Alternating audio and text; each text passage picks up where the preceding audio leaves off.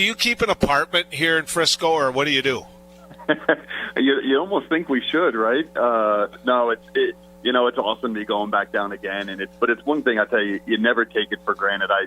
When Dr. Cook, our new president, started, I said to he and his wife, I said, I hope during your time here we have the opportunity to go back down again, because it's just an unbelievable experience. And lo and behold, 8 months later, we're heading back down.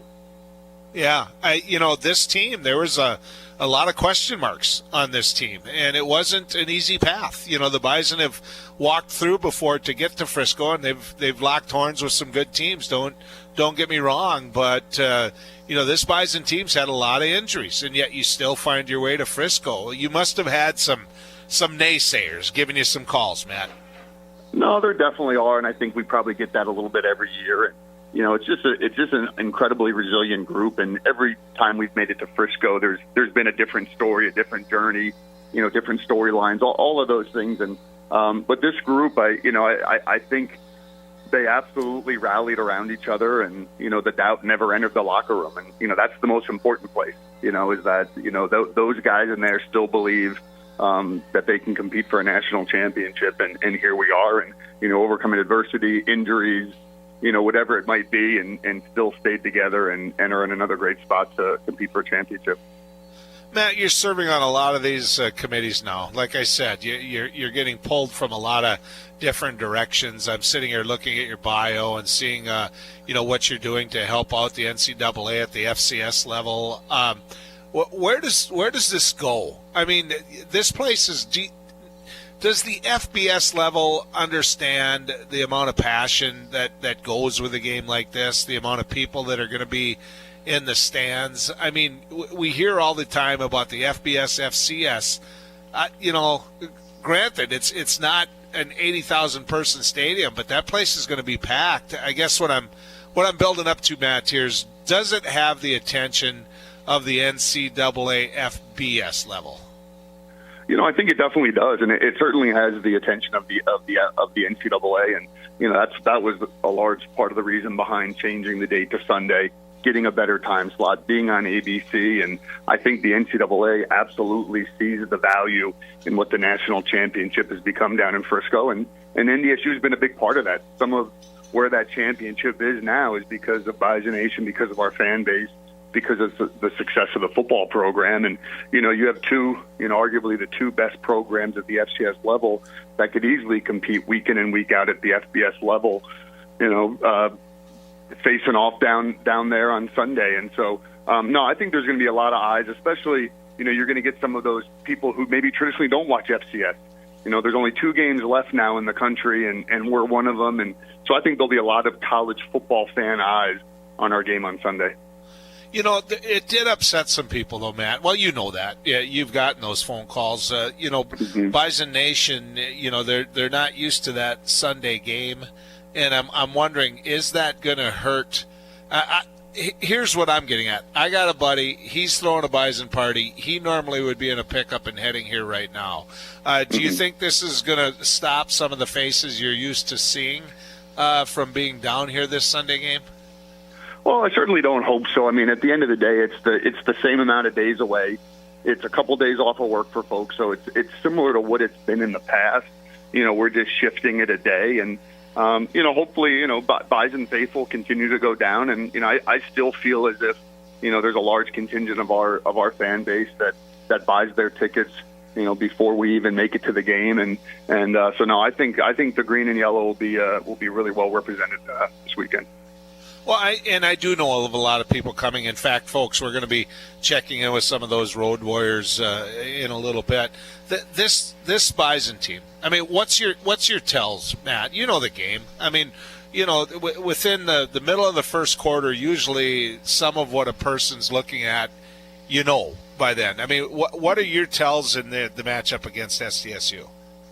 Well, I think the biggest thing is we're built very much the same, and I've said it before. I think very complementary. I think South Dakota State has built their team very much in the image of Bison football. They want to run the ball, they want to play physical defense, and they want to control the line of scrimmage. So 2 very, very similar teams, squaring up. I would say the one thing that I've seen particularly this year, but certainly over my time here at NDSU, is that regardless of what happens early, and we stick to our plan. A lot of other programs panic, they change, they do things differently, and we make slight adjustments, but stick to our plan, and it's really carried out really well.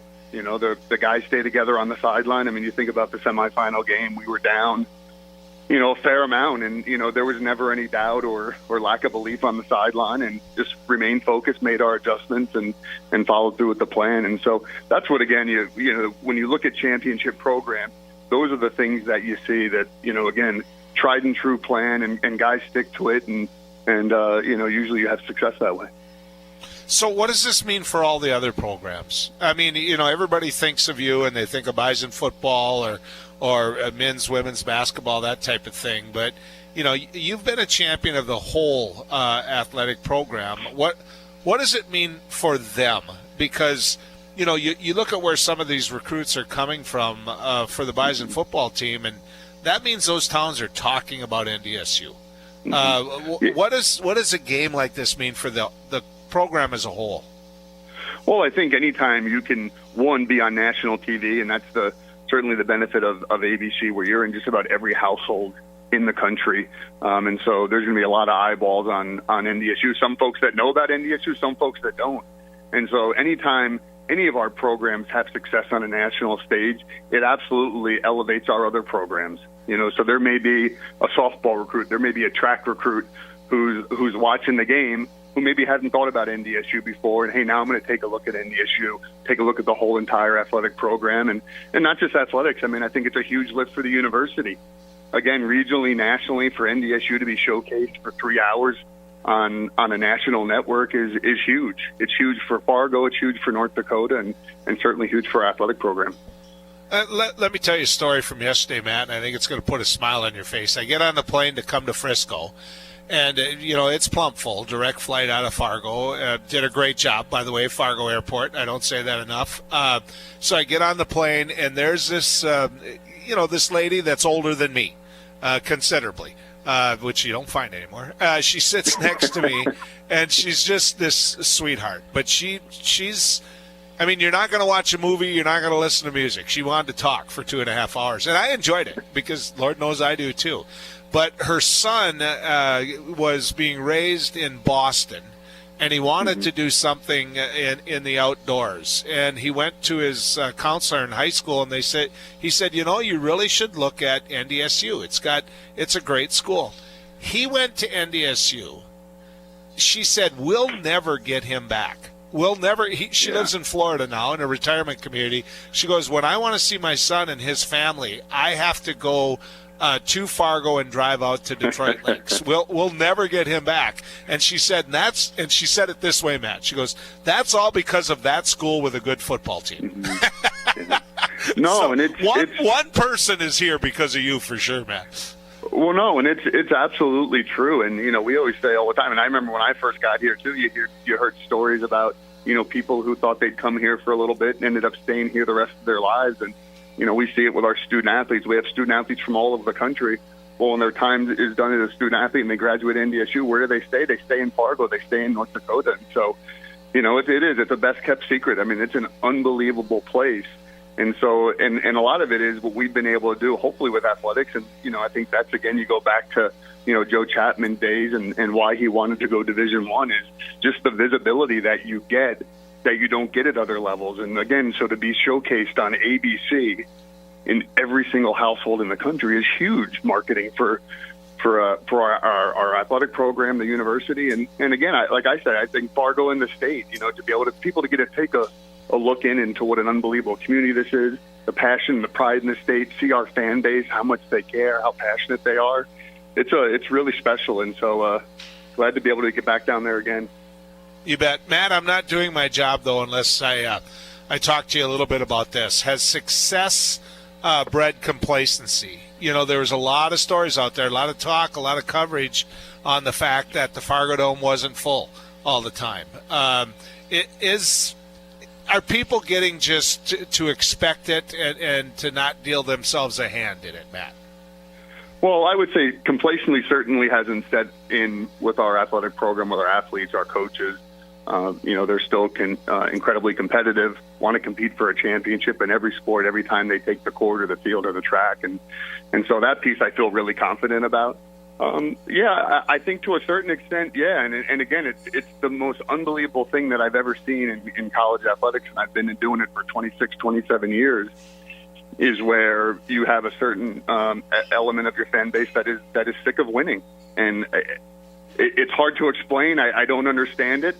But what I will say is the 15,000, 16,000 that are in the Dome, those are our passionate fans. Those are our true fans who really care and come out, and regardless of who we're playing, when we're playing, time of year, type of game, whatever it is, they're going to be there and they're going to support us no matter what. And so those are the folks absolutely that we focus a lot of our attention on, because those are our true Bison fans. And but yeah, I think there are some folks that, I feel like they've been there and done that. And but I also see how hard our kids work to try to get to this level and to have success and to represent the state and the city. And so I'm going to back them 100% every day of the week. And, hey, as Fargo continues to grow, there's opportunities for new Bison fans to come on board and get a chance to have some season tickets and come to games.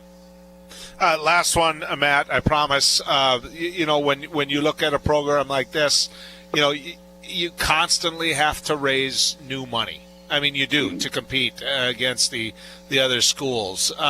Is the Fargo market still raising that money? Are you still out there with your team makers and everything else bringing in the type of money you need to be able to continue to be at the top tier of the SCS football level?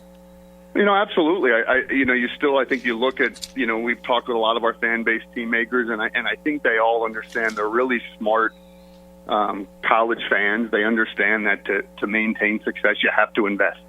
You can't get complacent from that standpoint, and you can't kind of hold steady and think you've arrived. So you have to continue to invest. And so we've seen it in so many levels, whether it's been team makers, whether it's been endowments. Our endowments have grown considerably. And then you just look at our footprint. We've done $110 million in athletic facility projects over the last 8 years, and that's all privately raised funds. And, it's impacted every program, not just football, not just basketball. It's impacted every single program. As we just did a new outdoor track. We did the softball stadium, Therrelton Park, and obviously the new indoor practice facility, the NODAC football performance complex is huge for all of our programs. And so, no, I think there's still a huge commitment. There's still a huge passion, and there's still a huge investment from across the state and the region in Bison athletics. Matt Larsen, ladies and gentlemen, Bison Athletic Director. Always good to talk to you, Matt. Thanks for your time today. Hey, Joel, thanks so much. Appreciate it. And travel safe, Bison Nation, down to Frisco.